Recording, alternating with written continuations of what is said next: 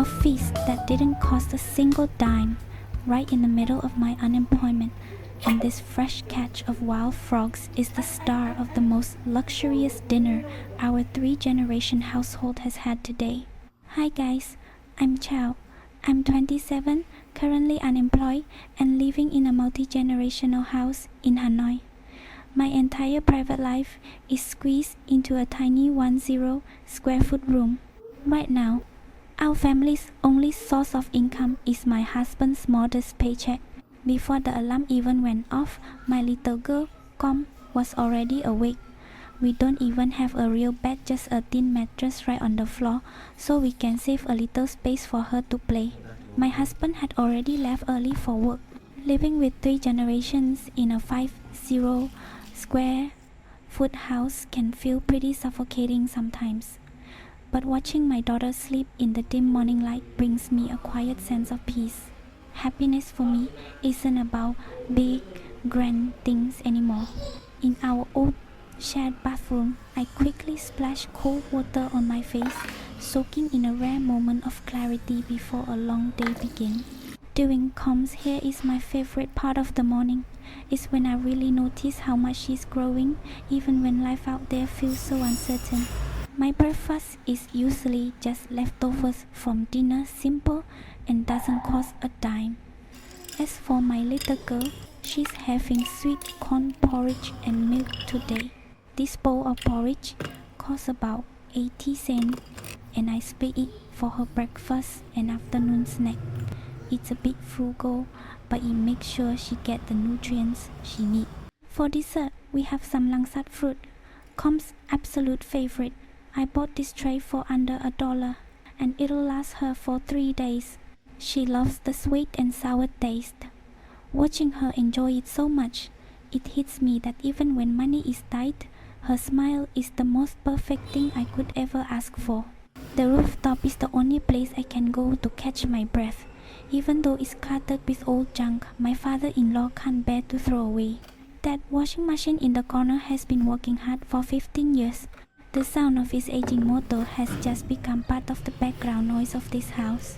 Seeing the clothes of all three generations mixed together on the clothesline, I really see the strange tight bond between us, all living in this cramped space.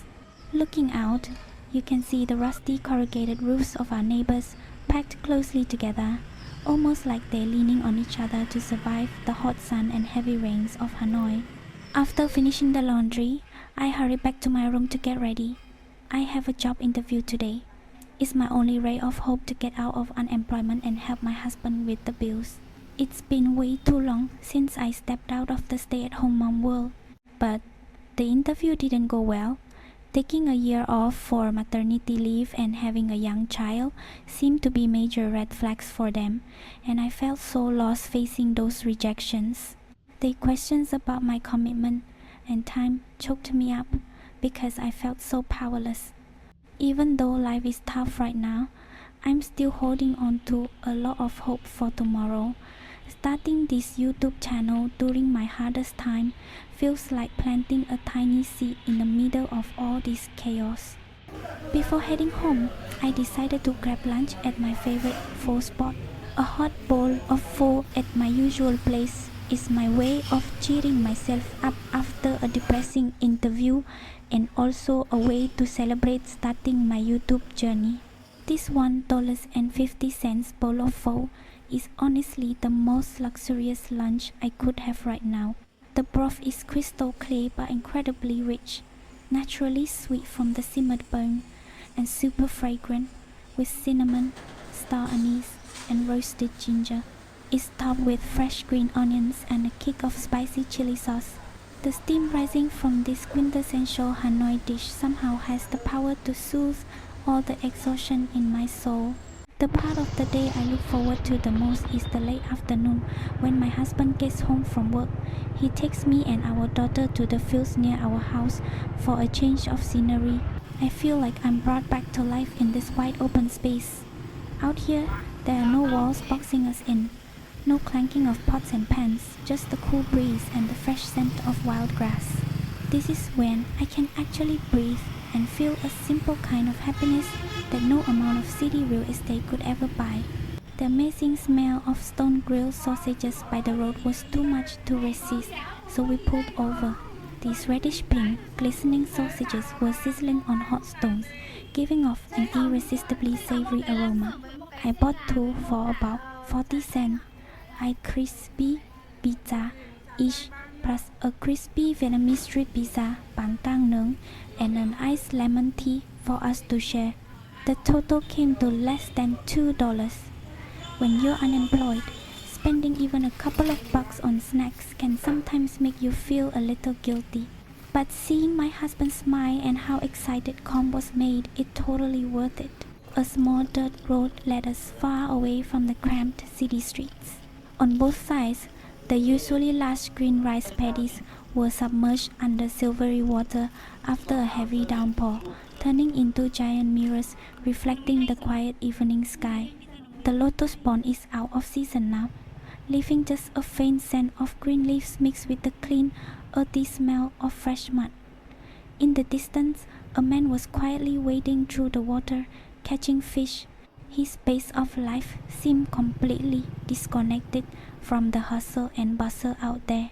My husband and I held Com's hands and walked really slowly, letting her feel the touch of the raw earth and the country breeze. Standing in the middle of this vast, watery landscape, I suddenly felt the weight on my shoulders lift a little. It reminded me that, even when life is unpredictable, the world still has a free corner of peace reserved for our family. We stumbled upon a huge flock of ducks.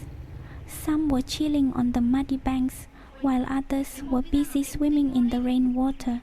Their quacking broke the silence of the fields, but it brought such a lively energy. In this vast space, the ducks looked like tiny musical notes dancing on the giant mirror of the flooded fields. They made this beautiful post-rain scenery feel so much more alive and intimate. I took out one of the stone-grilled sausages and took a massive bite. The casing was incredibly crispy, snapping in my mouth, giving way to a rich, juicy filling packed with black pepper and that signature smokiness from the hot stones. The sweet and savory flavors mixed with the lingering warmth made me feel so satisfied. Honestly, this might be the most luxurious emotional treat I could have right now. Over on the other bank, the man who owned the ducks started tossing handfuls of feed onto the ground. The flock rushed over, scrambling for the food, creating this chaotic but incredibly real scene. Watching him so patiently care for his animals, I realized that making a living, no matter what form it takes, is something to be respected, and it takes so much perseverance.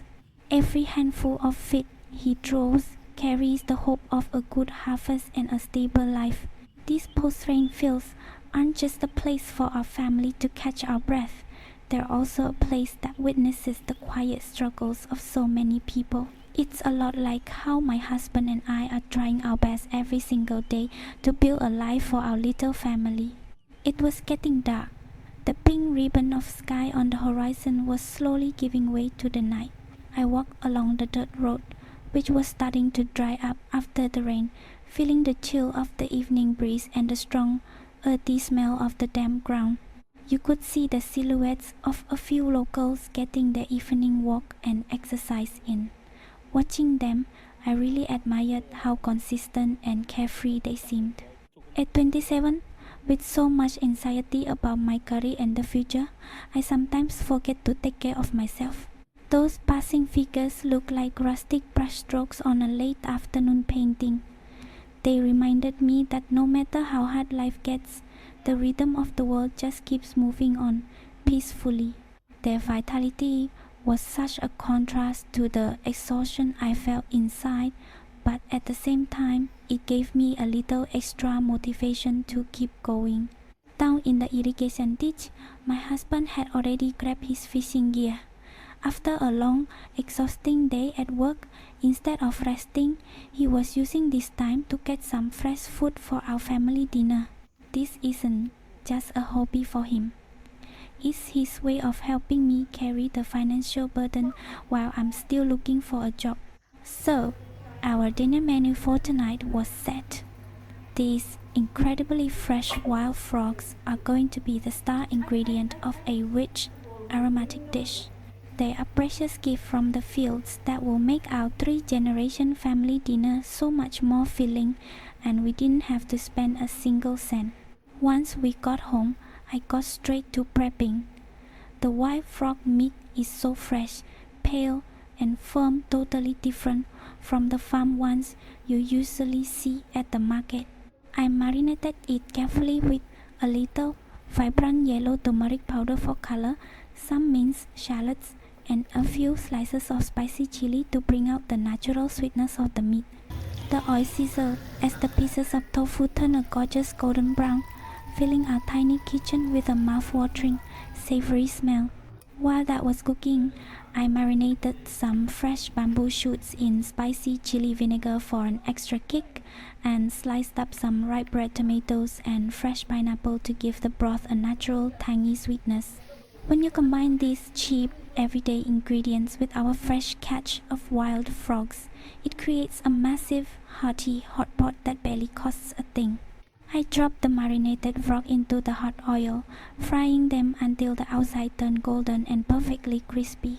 The crackling sound of the oil and the smell of the cooking meat made our little kitchen feel so lively and festive. Right after that, I sauteed some minced shallots and lemongrass, then tossed in the tomatoes and pineapple to create the base for the hot pot broth.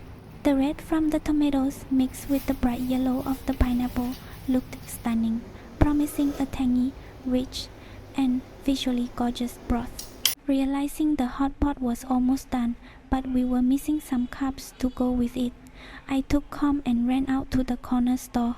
Surrounded by all the colorful snacks, she curiously reached for a little pastry on the shelf, a silent, sweet request. I hesitated for just a second when I looked at my wallet, but then I smiled and decided to buy her that little treat along with 4 packs of our go-to Hao Hao instant noodles. The hot pot was finally done, bubbling away and filling our small room with its incredible aroma. I sprinkled a handful of fresh green onions on top, creating this beautiful pop of color against the red tomatoes and the golden fried frog meat. We dropped the blocks of instant noodles into the spicy tangy broth, enjoying how the chewy noodles soaked up the sweet, fresh flavor of the wild frog.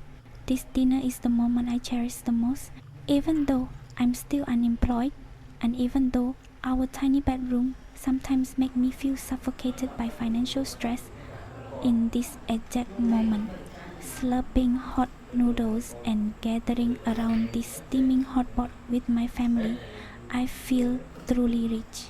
It turns out happiness isn't found in luxury, it's found in the warmth and unity of family. Thank you guys so much for joining me on this first journey. I hope you have a really peaceful evening, and I'll see you in the next video.